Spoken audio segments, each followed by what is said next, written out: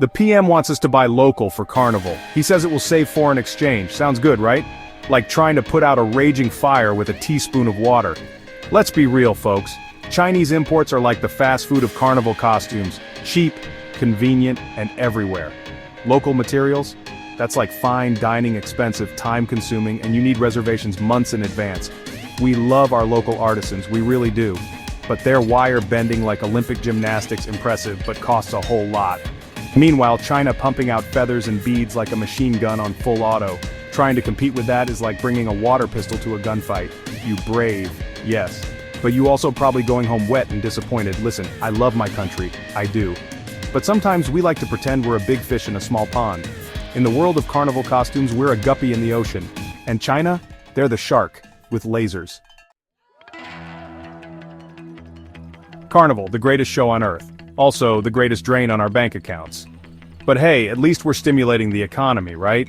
We're practically throwing money at, well, mostly Chinese manufacturers, let's be honest. We convince ourselves it's for the culture, the heritage, the vibes.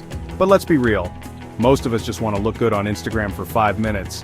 Then we're back to complaining about the potholes and the price of doubles. Look, I'm not saying don't enjoy yourself. Wine up, free up.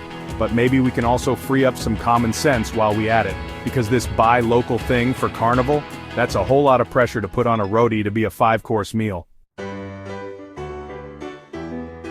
Spare a thought for the small bands, folks. These are the true believers, the ones who bleed Carnival. They're out there trying to make magic happen with 2 coconut shells and a piece of string. God bless their cotton socks. They're trying to source locally, they really are. But it's like trying to find a needle in a haystack that's on fire during a hurricane on top of Mount Everest.